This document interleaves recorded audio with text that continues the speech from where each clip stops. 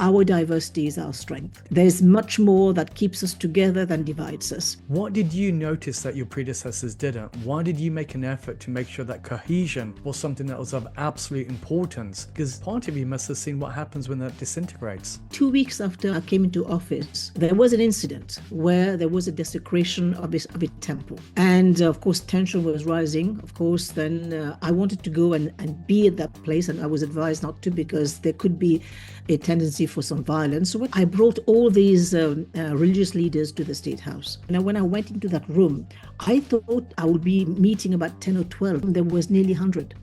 They were all waiting for me. I went in, I put on a shalwar kameez, and I went into that room and I said, Namaste. Immediately, you could feel the tension drop.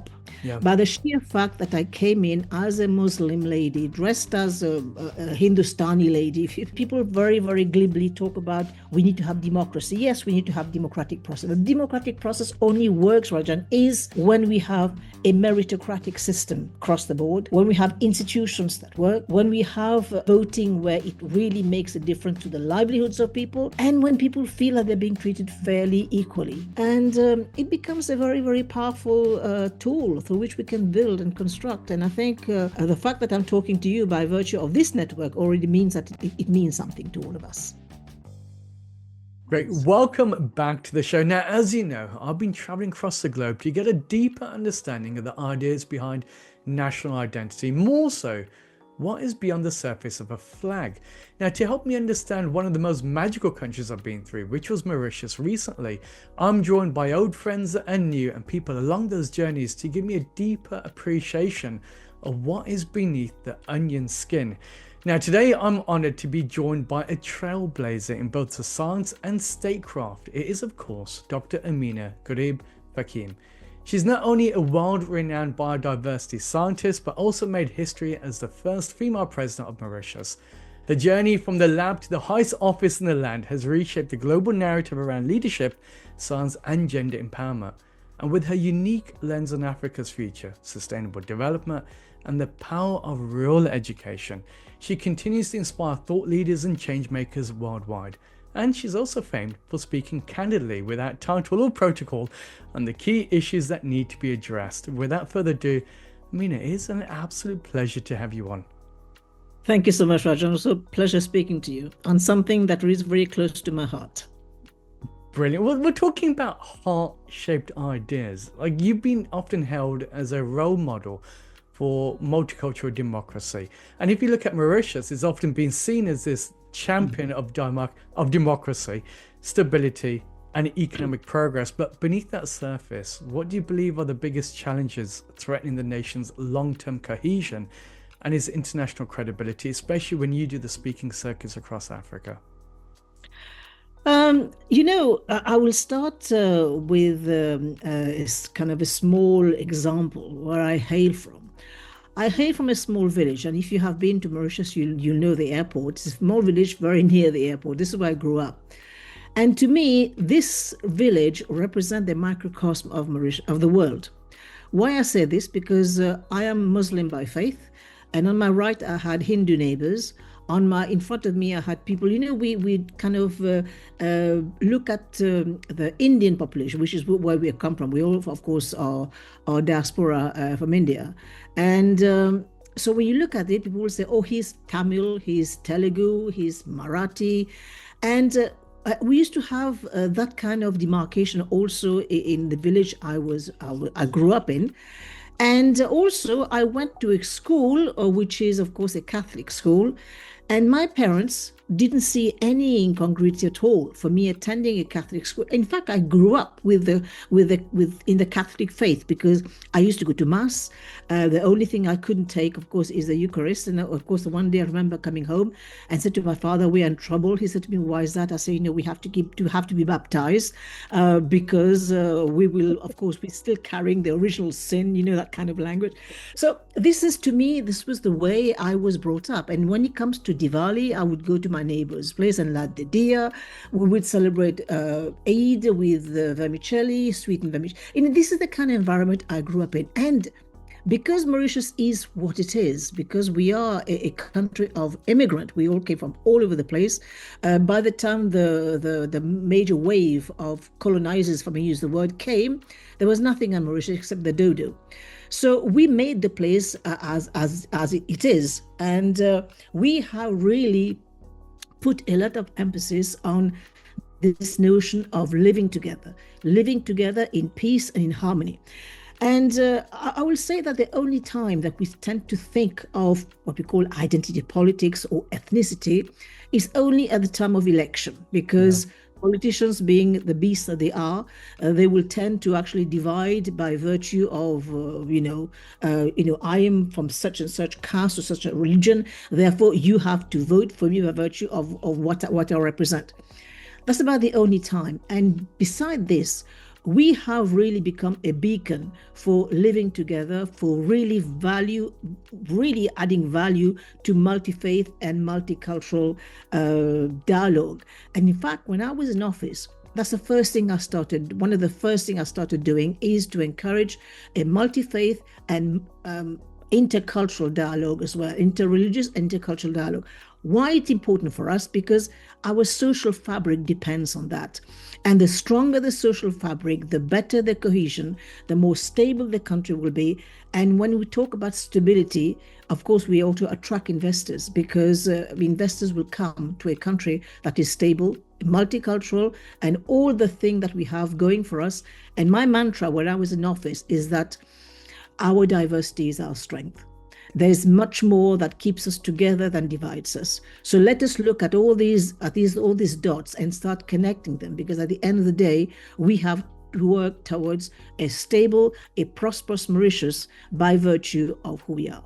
But you would have seen something in order to have the ideas to connect the dots that nobody else did, because you said, well, hang on, what stitches us together? The very fabric of the Mauritianness is the fact that we are all international. And we're all here on this island together, and now we have to call this home. What did you notice that your predecessors didn't? Why did you make an effort to make sure that cohesion was something that was of absolute importance? Because part of you must have seen what happens when that disintegrates. Well, interesting you should ask this question, because immediately 2 weeks after I came into office, there was an incident where there was a desecration of a temple. And of course, tension was rising. Of course, then I wanted to go and be at that place, and I was advised not to, because there could be a tendency for some violence. So what I did, I brought all these religious leaders to the State House. And I can tell you this, Rajna, when I went into that room, I thought I would be meeting about 10 or 12, because if you bring in, as I said, all the Tamil leaders, the Telugu, the Hindu leaders, the Muslim, I'd have thought I'd have about 10 or 15 people. When I went into that room, there was nearly 100. They were all waiting for me. And I could feel the tension, because people take this very, very, they take it at heart, Anything that on the religious fiber gets treated accordingly. So you know what I did? I went in, I put on a shalwar kameez, and I went into that room and I said, Namaste. Immediately, you could feel the tension drop. By the sheer fact that I came in as a Muslim lady, dressed as a Hindustani lady, if you may say so, and I came in and I said Namaste to everybody, and I held their hands, and immediately you can feel the tension drop. And at the end of our encounter, people were smiling, they were talking to each other, and when they went back to their respective communities, I was monitoring, and of course we're saying, oh, things have calmed down. So this is the kind of thing that we need to encourage more and more. And I feel that we have here what is known as Council of Religion, but we need to actually make them talk. And I think one of the reasons why there is tension is A, people don't know each other, B, they don't understand each other. And part of this narrative must be to understand and to appreciate and to valorize, because I don't use the word tolerance very much. For me, it's much more valorization, because when you add value to somebody, it takes on a completely different perspective. And that's what I did when I was in office. And every time there was a small tension, and I used to meet them every quarter and make sure they all got to know each other, they all have the contact details, so that if there is anything happening, they could all just ring and talk to each other and help bring the tension down. Oh, that's brilliant. I think it's the common sense leadership style that you had and that you adopted that made the difference. Well, talking about leadership, then, you stood at the intersection between science, politics, and global diplomacy whilst you're in power, and also here within the speaking circuit. From that vantage point, what frustrates you most about the current direction Mauritius is taking, whether it's leadership, sustainability, or innovation? If you look at the progression of the Mauritian economy, we've had, 57 years post-independence history. And for the past 50 years, there has been addition. For every 10 years, every decade, there was addition of a new pillar to the economy. Yeah. We started from a very low base because it was essentially agriculture. Sugarcane was king at the time of Mauritian independence.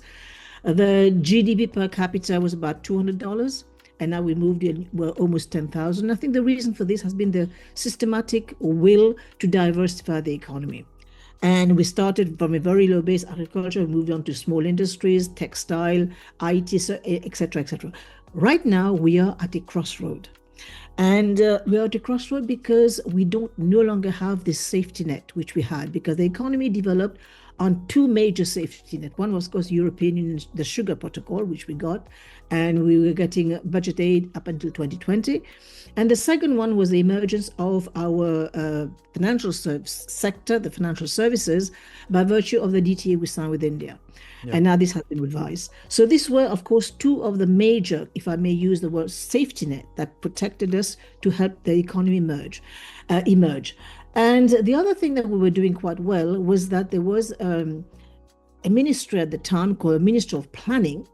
And the Ministry of Planning was a major focal point for receiving, donor aid and that kind of stuff. But nonetheless, it also provided a platform for reflection as to where the economy should be moving from now on, especially now with what is happening. We are a small population. We're witnessing, of course, brain drain. Having said this, we have a huge diaspora outside Mauritius, which we could leverage, not just so much for brain gain, but for brain circulation. And I'm not seeing this conversation happening. And I am not really seeing where the economy will lead to. And we know there are challenges, there are many challenges, there are many competitors. So where will the economy go from here, moving forward? That to me is a major issue, because at the end of the day, has been said time and time again. Bill Clinton said the same thing. He said the economy is stupid. So we really need to have to focus on the economy. Focus the economy by virtue of talent, which we have to bring in because we are an aging population. We don't have the same youth vibrancy as happening in Africa. So this is something that we really have to look into, and how to bring in also become a magnet for attracting talent from outside. It doesn't have to be Mauritian. It can be all sorts of people coming from everywhere. So there has to be this kind of mind shift change, because immigration is now becoming a very heavy word internationally. So we have to really look at the strategy that we'll have to develop, and how we also address bilateral trade as well with many of our partners, because we cannot keep on depending on major international, the way it has been happening so far. How to engage bilaterally, and also how to integrate more with the African continent, because there we have a market of 1.4 billion heading to 2 billion. And through the Africa Free Trade Agreement, which we have signed, ratified, we should be able to negotiate, we should be able to talk to our African partners and see to it how we can integrate better, because there are many low-hanging fruits there that we can tap into. But these are many uncomfortable conversations for politicians to have within small states, because you're saying, well, we have to readdress where is the country heading to. You have to build trust with the diaspora and their second generations out there, which means you have to speak. Doesn't that normally go against the political rhetoric of saying everything is fine, we're moving in the right direction, and I dare say we're making Mauritius great again?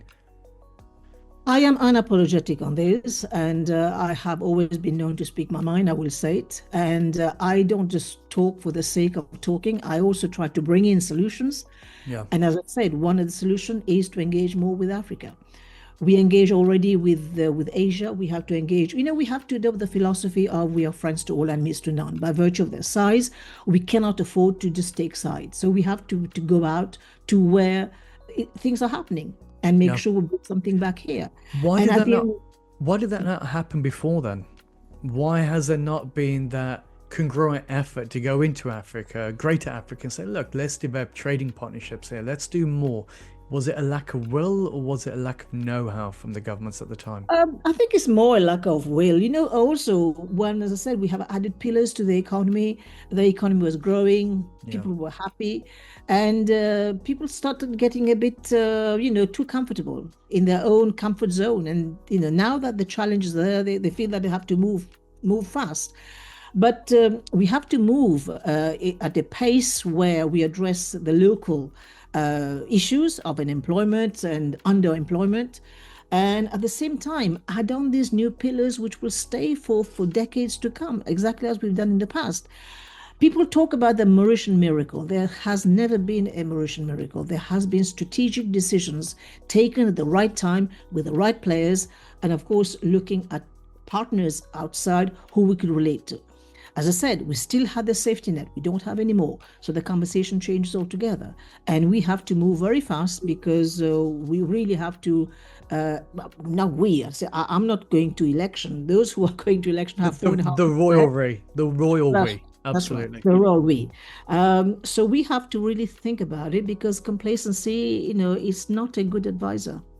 Is there a deeper fear here? Because now we're living in a world where we have the advent of AI, and the IMF turned around and said, look, we're going to see 30% job losses, especially in professional services.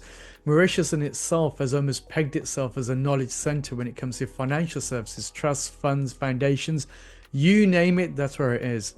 But now you've got the advent of AI that can take over maybe half those jobs. Where do you diversify yourself to? AI is a challenge, not just for Mauritius, for the whole world, and we know what the challenges. And one of the first issue, of course, is job losses. But having said this, it can also be a powerful vector through which we can create new jobs and refocus our economy. We have been focused on, for example, the services sector. Yes, it's going to be impacted by AI, but there's certain areas where it will not be. And we have, for example, we have also said all the time that we are a major tourist destination. But who says tourist destination means, of course, the human touch. So we'll have to train people around the area where AI cannot replace.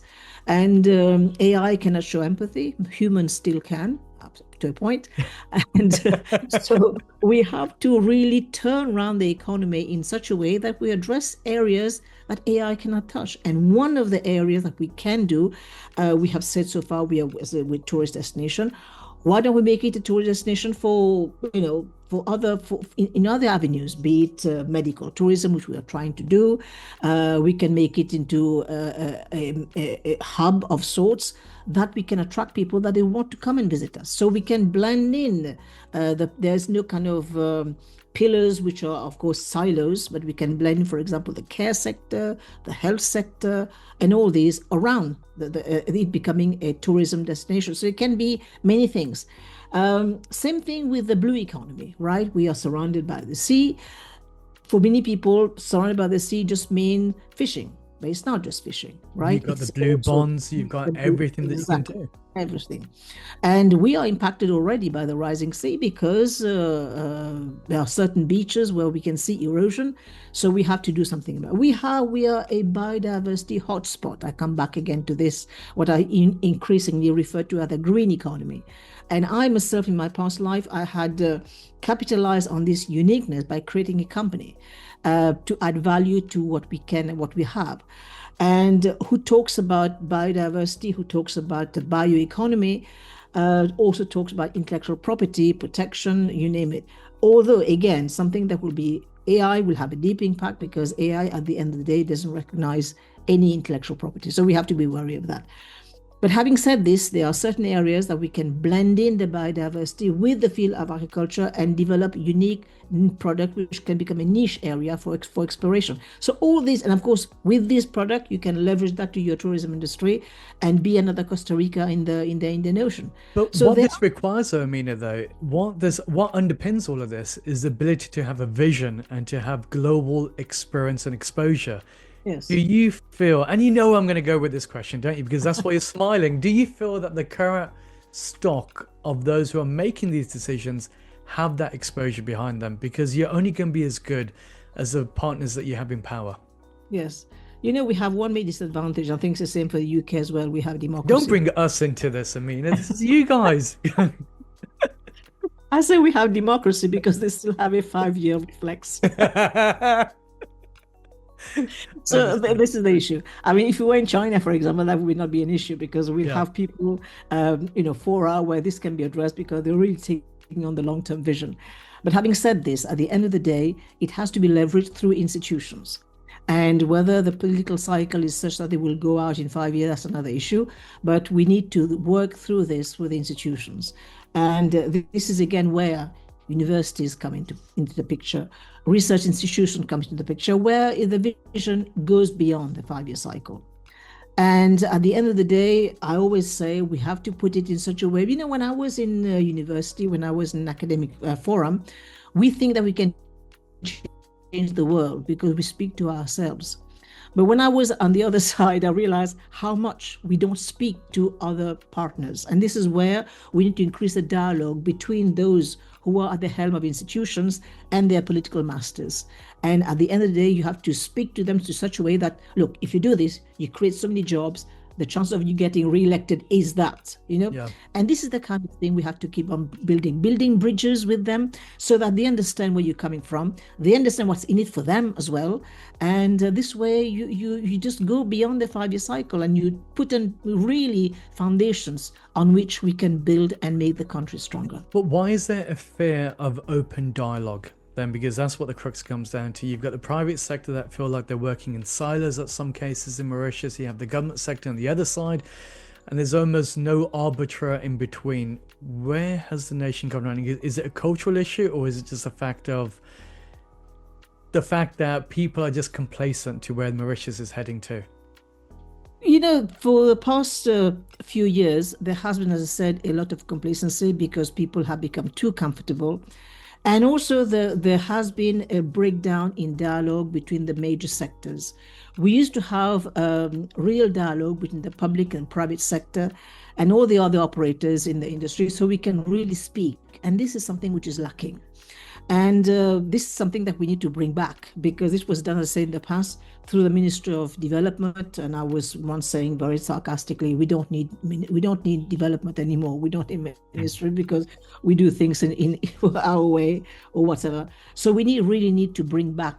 And there was at some point a vision, be it Vision 2020, Vision 2050, whatever it is.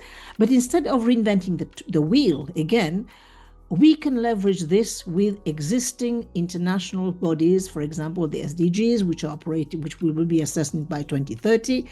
We also have Agenda 2063 with the African Union, and it is the Africa we want. But provided we develop ourselves an African identity and relate to this, and instead of reinventing everything, we just say, okay, this is going to be our benchmark. This is where our KPI will be by 2030, 2040. We're going to be doing this, that, and the other. So we need to have this kind of vision, this kind of reflection. And I think this is where we are a bit weak. We're not doing enough on that score. You have your mother, you have your kids, and you're looking at Mauritius's future. What do you think needs to change dramatically in the next 3 years in order for your children to turn around and say, actually, do you know what, Mum? I want to come back and I want to call Mauritius home again. And then hopefully even deeper down, you got all that brain train to re-establish itself with Mauritius saying, actually, this is where the future holds. What do you think needs to be done? Increasingly when we talk about migration, we tend to think about economic migrants, right? People want to go out to get a better life by virtue, But what we don't seem to realize, you can have a better life. You have a better quality life here in Mauritius. I mean, I will say this, I live it. And I will tell you as a woman, I know what quality life means is when I can get house support, house help, which I will not get in a developed country because it's far too expensive. It's not in the culture. And this matters because as a woman, I would want to have a family and I would want to have a career. And I was lucky to have been able to do both by virtue of the support I had at home. What we need to do vis-a-vis people who are talented, who are leaving the country, economic migrant, we need to create the institutions that will make them want to stay behind. And to create the institution, I mean, people very, very glibly talk about we need to have democracy. Yes, we need to have democratic process. But democratic process only works, Rajan, is when we have a meritocratic system across the board, when we have institutions that work, when we have voting where it really makes a difference to the livelihoods of people, and when people feel that they're being treated fairly, equally. It's only then that the proper democratic process means anything at all. The day this doesn't happen, you just become an electoral democracy. Yeah. And you don't have the changes that we... Now, I will go to a country which people do not like to talk about, especially in the West. I will go back to China. China has emerged after 50 years, since 1978, when Deng Xiaoping opened the economy. And China is leading on most indicators. And talented Chinese, American, British, and many, especially now with the clamping down on visas and all the conditions which are making people run away, they are going to China. They're going back home. Now, when they go back home, they are going back to institutions, they're going back to job prospects, they're also going back to facilities which is adding value to what they bring in as far as talents are concerned. And this is the approach that we need to do. And it's happening in some parts of Africa. It's happening in Morocco, for example. I go there quite often, and I was very surprised to see the quality of institutions they're building. They have created a fantastic model of one country, one institution which produces phosphate, OCP, and they fund one institution, and it is really on a roll. It is doing so well. And with the wealth that we have in Africa, I mean, this is a model that we need to reproduce across the continent. That's the only way that people will come back. They will come back to the quality of life they have in the global south. They will come back to institutions where they have the facilities, they can be productive. And through this, I think we can transform the continent, and including Mauritius. But we need to have that kind of reflection. Unfortunately, again, I will say it very candidly, it is not happening in some parts of the world, in some parts of Africa. But it is happening. The rise is happening in Morocco. I go to Kenya. I go to many of these places. And interestingly, because of the virtue of the fact that they have a youthful population, they are demanding accountability. Yeah. Candidly, do you feel it will happen in your lifetime in Mauritius? It will happen. Because increasingly there is, people now, they have the power to speak, which they didn't have before. Social media, with all its plus and minuses, is still provide a forum. And I know, and we know that those at the helm, they now see what people are saying on the social media, they take note, and it has been a key factor to change the course of the election, the last election. Yeah. We are half a year through this mandate, and I know that they are very, very carefully listening to what's going on. And the youth aspiration is not something that can be wiped under the carpet. So this is not possible anymore. So whatever be, we are at the nexus of things happening. And I'm sure in my lifetime, we will see more changes, which will bring back Mauritius to what it used to be in terms of indicators which were always on the rise. Oh, the beauty of nostalgia there. Ameenah, why is this important? Because obviously we've got an official platform here taking the conversations within Mauritius, part of the G Audio series. Why are these conversations important? Why it's important for a country like Mauritius? Because we remain a model of peaceful living together within our diversity. We have shown resilience when there has been tension. We have shown that economic prosperity, a boom in the economy is possible, even though we are so diverse. And I think we can become a powerful role model for those regions where, identity politics is kicking in. Yeah. More resistance, of course, more challenges to democratic ideals, and also more challenges to this, to the notion that people can't live together unless there is homogeneity. We are not homogeneous. We can show it can happen. And we have also shown in the past that the fruit of the economic progress can also be shared. We have given free education to the youth, which still remains the case. And that's a very, very powerful social, we can climb socially, we can diversify, people can rise, can live up their dream by the fact that they can have free education, especially those who are lower down on the economic echelon. So all these, I think, to me, can be used. We can show the world that it is possible to be different, to live together. And that's a very, very powerful message that we can show the world is possible. And why do you believe the global Indian network coverage on Mauritius is important? Because we are essentially tapping into the tapestry of the global browns as united experiences that we're going through, whether it is Suriname or Guyana, or here in the UK with the rise of different political parties, or those sitting across East Africa. Why do you believe it's important now that we cover Mauritius on the platform? Well, to begin with, we are like you.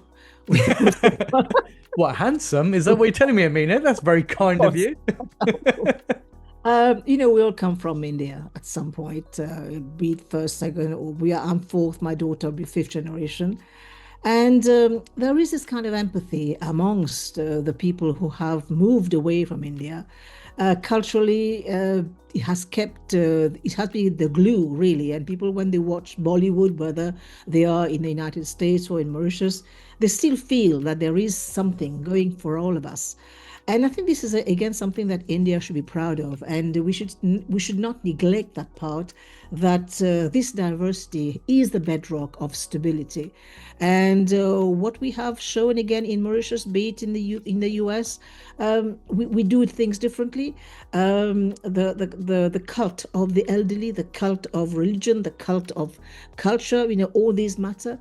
And it becomes a very, very powerful tool through which we can build and construct. And I think the fact that I'm talking to you by virtue of this network already means that it means something to all of us. And we should be proud of that. Brilliant. Ameenah, it has been an absolute privilege to have you on the show today. I got a feeling it's the first of many more conversations to come. Thank you, Rajan. It's been a pleasure speaking to you too.